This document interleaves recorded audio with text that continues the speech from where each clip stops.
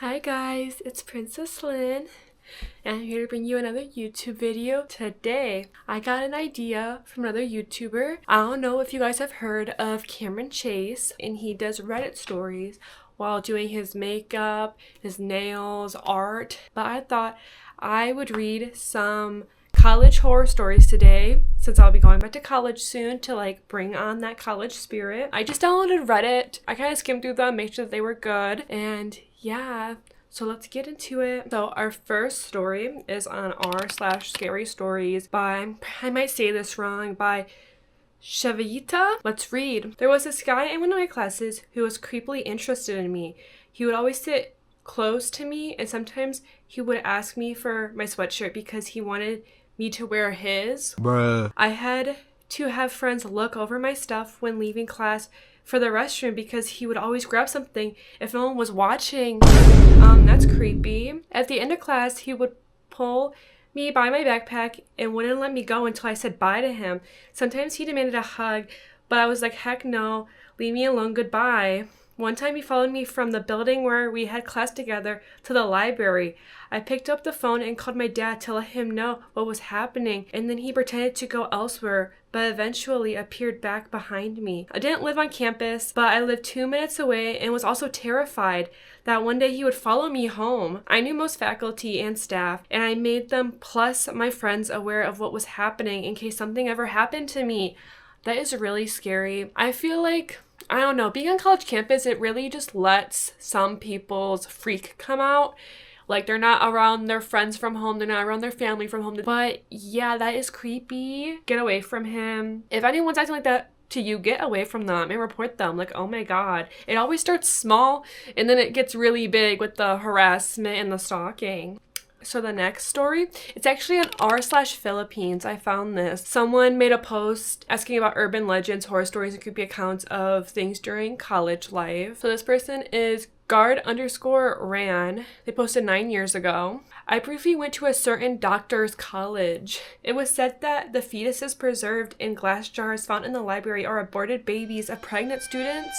At least 2 of my classmates who assisted in the library swear that they sort of noticed that those fetuses shifted in position from time to time. The problem was that the jars were kept under lock and key inside of a glass shelf, and as far as library record tells, no one borrowed such displays ever. The most borrowed item, however, were the silicone reproductive organs snicker. Bruh. Okay, that's creepy. So there's some haunted fetuses inside this doctor's college. That is so creepy. I feel like a lot of colleges are haunted. I know my college that I go to, there is a bunch of stories of it being haunted and the dorm rooms being haunted, some of the buildings being haunted, but these colleges are so old, and so many people spent a lot of their lives at it. So it wouldn't be surprising if ghosts were to want to go back and haunt them. That is so scary, spooky.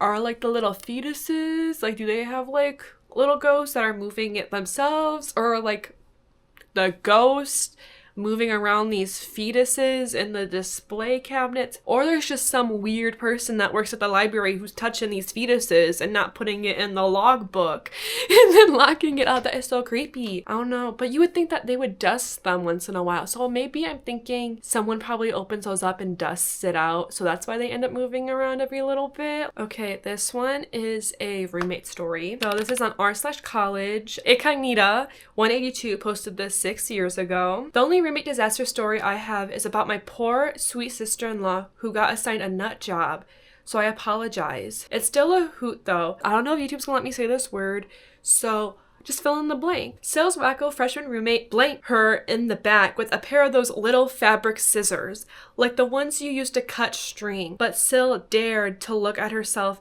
in the college-provided full-length mirror on their shared door. Apparently, crazy roommate was angry because she had gained the freshman 15 while Sil had actually lost weight. So crazy roommate forbid Sil from dressing or doing makeup using the mirror. One day when crazy roommate awoke from a midday nap to find Sil's dressing with the mirror, she went berserk.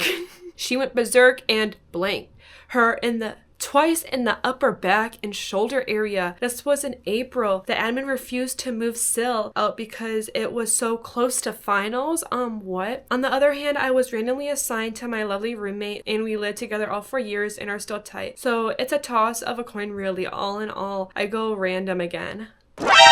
I can't believe they would not let her move out because it was so close to finals week. I know my college, they always have they have quarantine rooms, so if you're really sick going through a situation like that, you can be put in one of those rooms for like how long you need or until you need a room switch.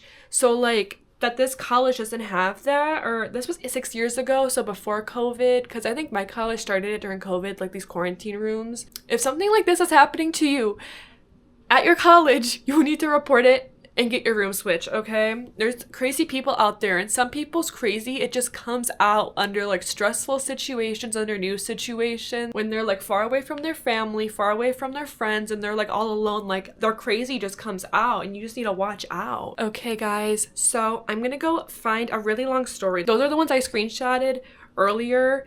I am going to go through Reddit a little bit and try to find one more story, a nice long one for you guys. A nice juicy long story. This story's kind of funny, not scary, not putting yourself in danger. So let's give it a read. It's a little longer. So this is on r/ask Reddit by Astute Stoat from 12 years ago. My drunk roommate discharged a fire extinguisher in the elevator late one night, and this being 2001, early the next morning, a paranoid newspaper delivery boy thought the yellow foam was somehow anthrax and called the cops. At 7 a.m., the entire dorm, around 400 people, was evacuated by firemen in hazmat suits, put onto buses and quarantined in a university cafeteria by order of the Royal Canadian Mounted Police. Nobody at this point knew what was going on. Only when I heard rumors about a mysterious whitish powder in the elevator did I remember my roommate holding a fire extinguisher as he came back that night before, and it clicked. The cops were painstakingly interrogating all 400 residents one by one, so I rushed to them. It was a huge misunderstanding. I told them to check our room, which they did, and they found my still passed out roommate lying in bed cuddling an empty fire extinguisher. They were able to let everyone go and cancel the Army Biological Warfare Response Team that was on its way. The weirdest part was having to explain to my sociology professor that I missed that midterm that day because I was quarantined by the RCMP. Is this real? So like 400 residents were evacuated, but your roommate stayed in the room? You didn't wake your roommate up when they were evacuating the room, when you didn't know what was going on yet? You just left him in there? Okay. Oh, they added on a little bit more. I scrolled down, they added a little response. Once we sat and talked, I explained that I told the cops only because they would have found out sooner or later, and the sooner the better. He stuck to the story that he was out drinking and didn't remember anything that happened after he came back to the dorm. Aside from the shittiest wake-up call in history, he got a citation to court for causing a false alarm. It was kicked out of the dorm for playing with the extinguishers. He fought the charges in court, arguing that he did mess with the dorm equipment but didn't intend to cause a false alarm. It happened in October. I was called to stand witness at the trial scheduled for July, but since I moved to Europe before that, I gave a written testimony ahead and never knew the outcome. That is crazy. I can't believe he has to go to court over this, but I guess, like, yeah, you're playing with equipment. If this is real, the military was on the way to quarantine the building and figure out what was happening. That is so scary. I would be so angry. At my college in the dorms, we would always, like, especially in the lower quality, the freshman dorms, a fire alarm, like, once a week. First year of college, I lived on the 8th floor of a 10th floor building, and there was a food court at the bottom, and that food court always set off the fire alarm like once a week. Sometimes like they set off the alarm 3 days in a row. And I'd be up at like 7 a.m. because they decided to start the fire before breakfast. They couldn't choose like dinner or anything. And I would have to come down 8 flights of stairs. And like sometimes like I would be up already getting ready for my class. So I just grab my backpack and just go to class and just wait there because my class would start at like 8, 9. But yeah, like so annoying. we have to come all the way down, stand out there, like sometimes it'd be freezing cold, like sometimes it'd be super hot outside, like everyone's in their PJs. Some people like had to get out of the shower, wrap their robe, wrap their towel around them, put their slides on and like go downstairs. Like I'm so happy I was never one of those people, because I would sit there and get dressed. Like no way I'm coming downstairs in my towel and my robe. I am getting dressed. I remember seeing people like with their hair wet, wrapped in a towel, and it's like snowing outside, and I'm like, girl, like I would have put my clothes on. I would have put my clothes on, put a towel around my hair, and then go outside. Like, no way. That is horrible. My life lesson is don't be a morning showerer at a college where the staff set off the fire alarm every morning before breakfast while cooking in the dining hall.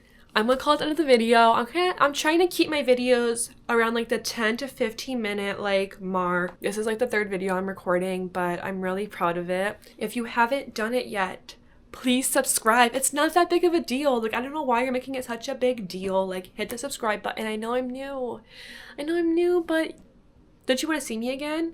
Also, while you're down there, hit the bell, hit the like button, leave a comment of maybe another genre of Reddit stories you want me to read out, maybe your own college horror story. Make sure to check in next week. But other than that, be safe.